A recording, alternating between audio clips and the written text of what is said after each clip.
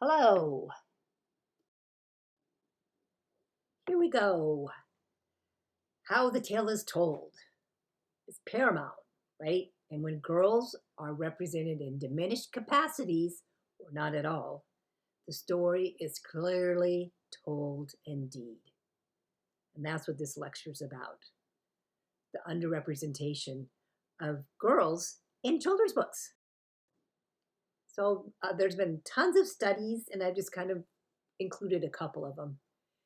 And let's see what this is one. Oh, many studies. Many studies. Lamented gender inequity. And it's gotten better for sure. We're folding in more girls to the storylines, but it's lopsided in representation. That is definitely for sure. I'm going to read this because I like it. Gendered expectation patterns are well learned from the time children are very young. Jill is a follower from the time she's immortalized by Mother Goose. Jack fell down and broke his crown, and Jill came tumbling after. So that's a fairy tale here in the United States. If you grew up here, you're kind of probably familiar with it. Jack and Jill went up the hill to fetch a pail of water. Jack fell down and broke his crown, and Jill came tumbling after. Why? Why did she tumble after? I mean, he was the one holding the bucket of water. What's her excuse? Why did she have to follow him? Don't follow him, Jill. So, as we've talked about in this class, and the alarming thing is, children really get it at a very young age. They don't need much to kind of totally understand where they fit in the scheme of gender. And they start doing gendered things, right? I know that you can come up with lots of examples for that, maybe just from looking at your own family, right? What are the girls doing? What are the boys doing? They're being genderized.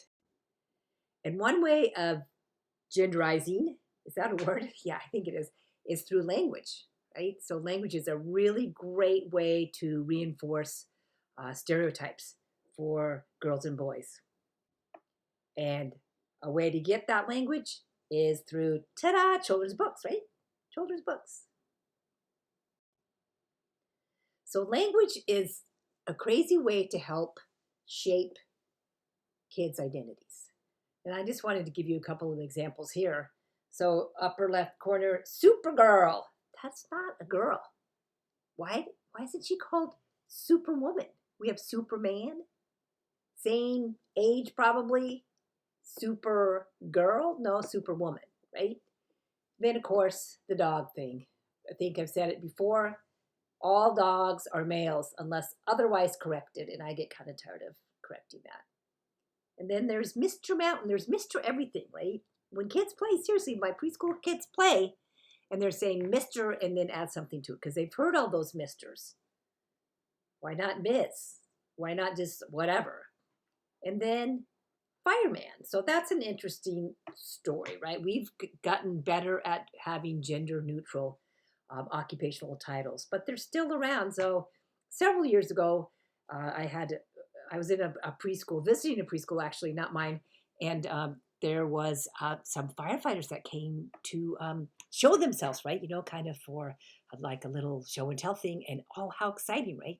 Because I don't know about you, but I think firefighters are pretty cool. They got a lot of good stuff on. They got a lot of swag, right? And so there was a firefighter up there, and she was talking about the job and how much she loved the job, but she kept referring to herself as a fireman. Seriously. And there were some confused looks, but one little girl kind of almost started crying about, I don't know what. I thought maybe she had to go to the bathroom or something. So I just took her aside because I didn't want her to interrupt the show. And I asked her, like, what's going on? Can I help you? And she said, why is she calling herself a fireman? She's not a man. And so she's a woman. And so it matters. That kind of stuff matters. And believe it or not, there's a gender neutral title, I think, for every occupation in the world, or we could make one. So this first one, comedian, when you put a couple of ins in there, extra ins, that means a female comedian. Why do you got to do that? Why can't you just say comedian? And then you can say female comedian or male comedian. Why do we default to comedian right there? That's the one we look at, the one in red. but it doesn't mean females. Chairman, chair, we're chairperson. We're getting pretty good at that one. Just keeping it gender neutral. Okay, what about mankind? You got that one, right? Humankind, pretty easy. Oh, humanity. All of humanity.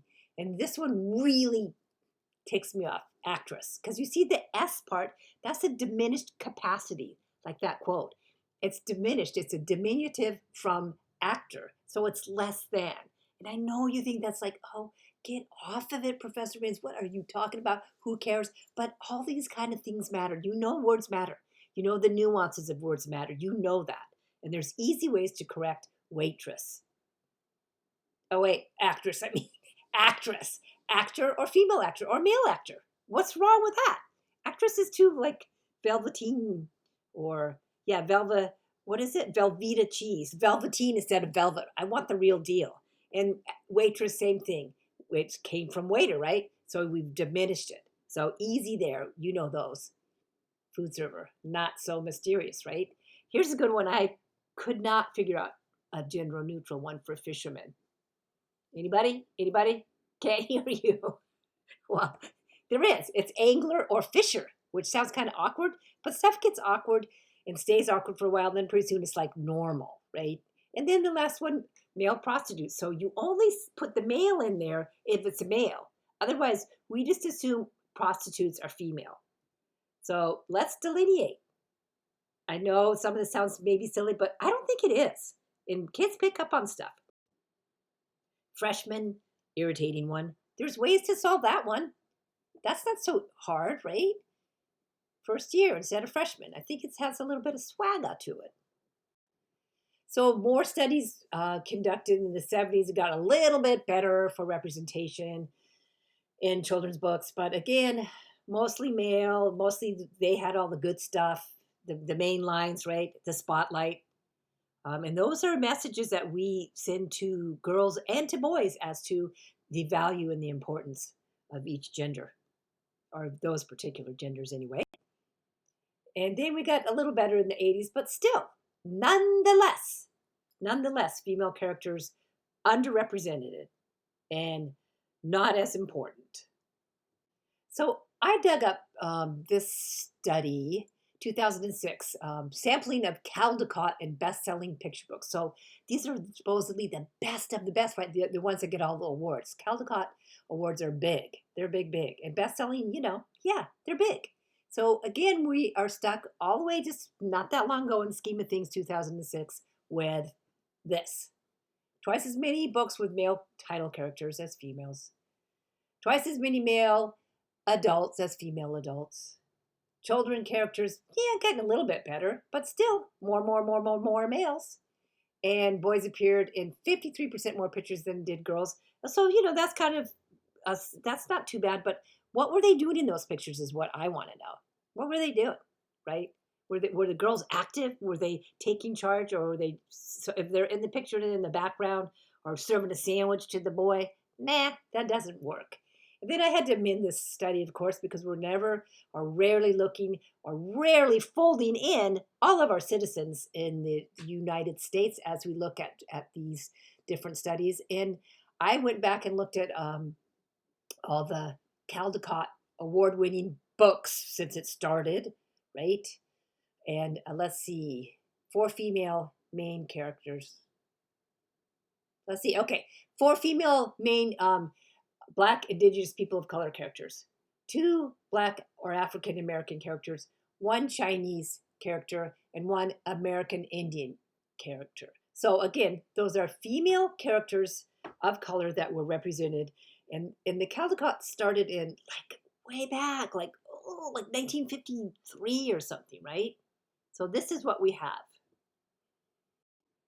And this is a video that I put into videos for you to look at, just to kind of give you an idea of the representation of books in a more kind of visceral, concrete way. So check that one out for sure.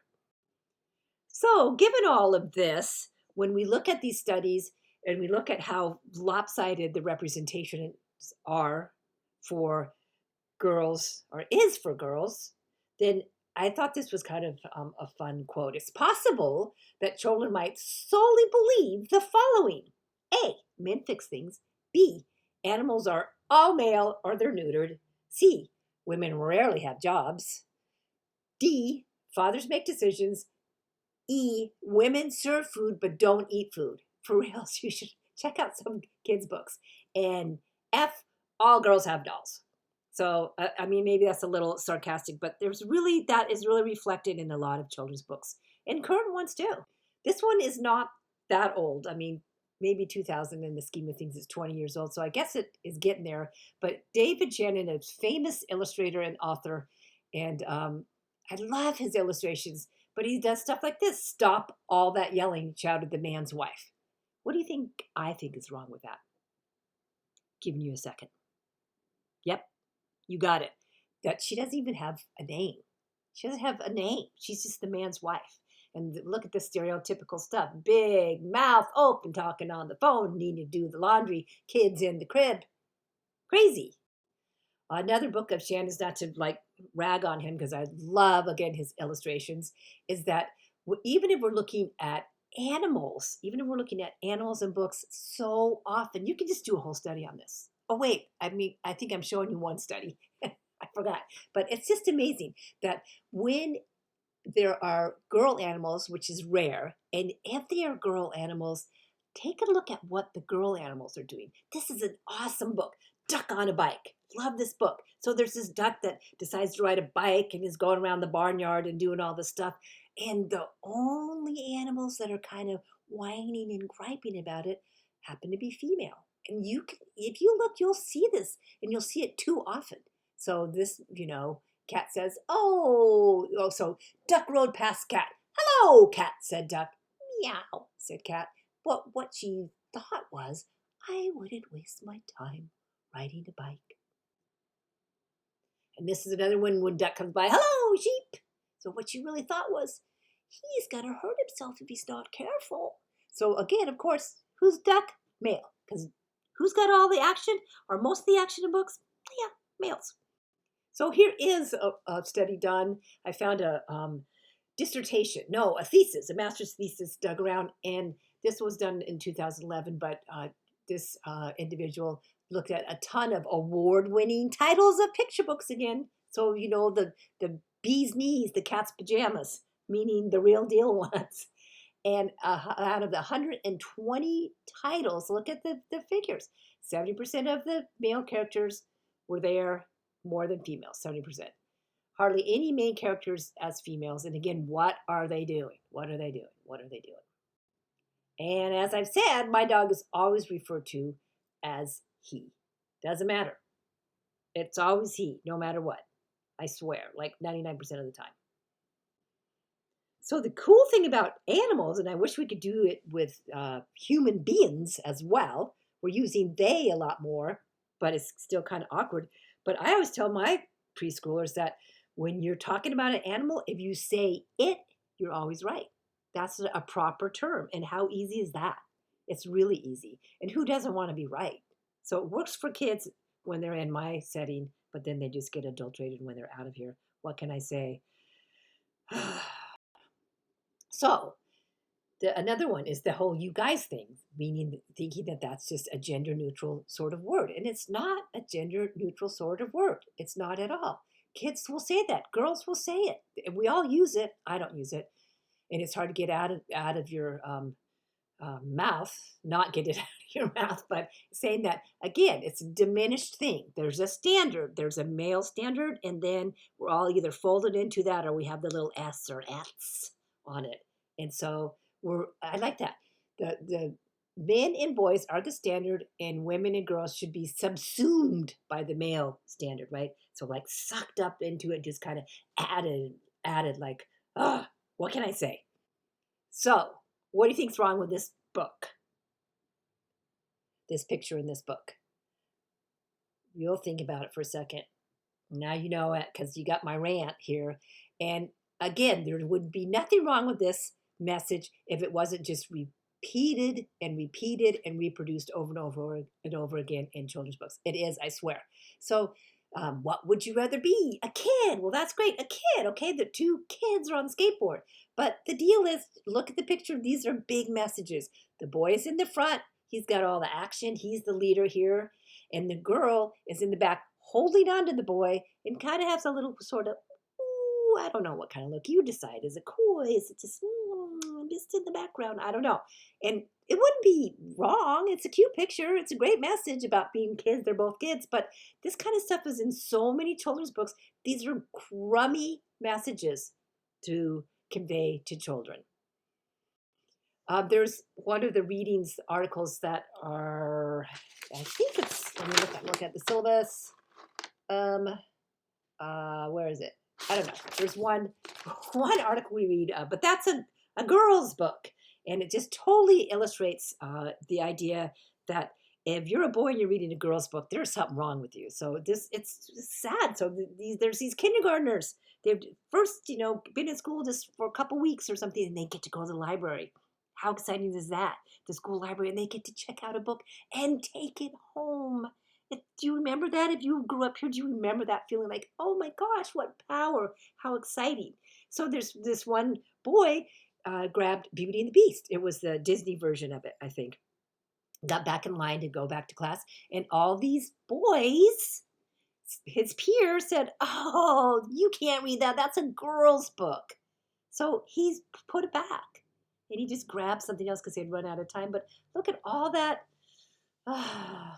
wonderfulness that he had for his first experience. And it's just trampled by the idea that there's certain books for girls and there's certain books for boys. And it's really a really awful message. As I'm going to continue to say, it's an awful message, awful. And it diminishes girls and it diminishes boys too. This is an interesting book, the Our Princess Boy. It's called The Princess Boy, and it's there's a video of showing the genesis of this book, why the mother wrote it. So you can check that out under the videos at all as well. But look at this. So boys' rejection of things feminine is documented by researchers who suggest that early in life boys realize that anything associated with girls is like less than, right? They'll look silly or stupid, or they won't be as cool if they associate with girl stuff. What a crappy message to send to boys, and what a crappier, excuse my language, this isn't a swear word, I don't think, crappier message to send to girls. I'm going to just give you a preschool example because I'm good at that. So this is Gabriel. He was one of my preschool kids in Sacramento. And Gabriel had a brother that was in the same grade, a couple months younger than him, because one of them was adopted. And so after he got out of my little preschool, both of them, Noah and Gabriel, his mom called when he was in first grade and said, got a question for you. Gabriel loves Hello Kitty. He loves everything Hello Kitty. And who wouldn't? It's just like so cool, right? It's just a wonderful kind of commercial product. And so he had a big Hello Kitty bedroom. And that's where he kept it, in his bedroom. He wasn't public because he knew somewhere in him, Gabriel knew that it wasn't okay for him to love Hello Kitty so much. Love it. And so his mom said, Gabriel's asked for a Hello Kitty nightgown. And what should I do? And I said, you should get him a nightgown. Wow. Just think about nightgowns. You can kind of swish around them and stuff. Girls' pajamas are so much cooler than boys because boys have those big old dump trucks, rubberized on the little t-shirt and stuff. So get it for him. But you should take a picture of Noah in the nightgown as well, because she was afraid that Noah's going to go to school and rat Gabriel out, right? So then she could hold that hostage. Was that professional advice I gave? I kind of think it was. No. But so the whole idea that we have to box in this stuff because we value what boys are supposed to be doing more than girls. And don't tell me it doesn't hurt boys too, because it does. So homophobia provides another explanation, our fear that if we raise boys who aren't tough, without swagger, that they're going to be, gay. And there's something wrong with that.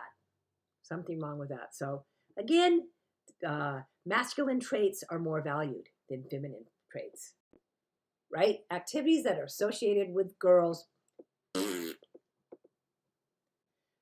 So that's a reason why I think children's literature can really, really, really help save the world. And I mean that seriously. I really do.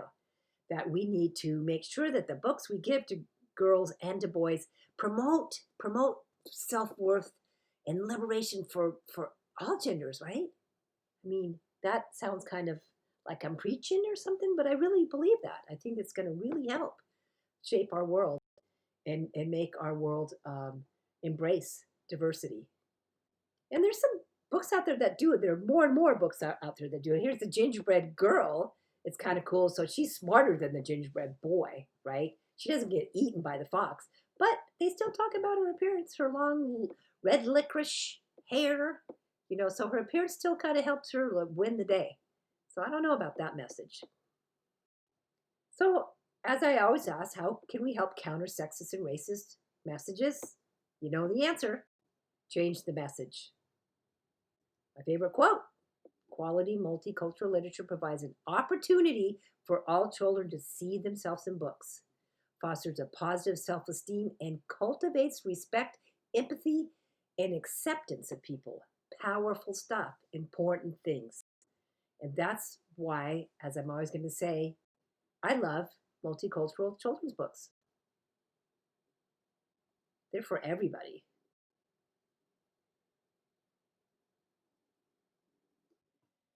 This is a fabulous book. This is Sadie, and you can hook up to it on Canvas. I wish you would give it a peek. It's just so wonderful. It just says everything about what I believe and what a good storybook is for kids. I really, really love it. Hope you do too.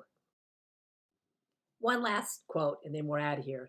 As things stand in our storytelling culture, the vast majority of stories that we admire, talk about, give prizes to, throw money at, and adapt into movies are by guys about guys doing guy stuff.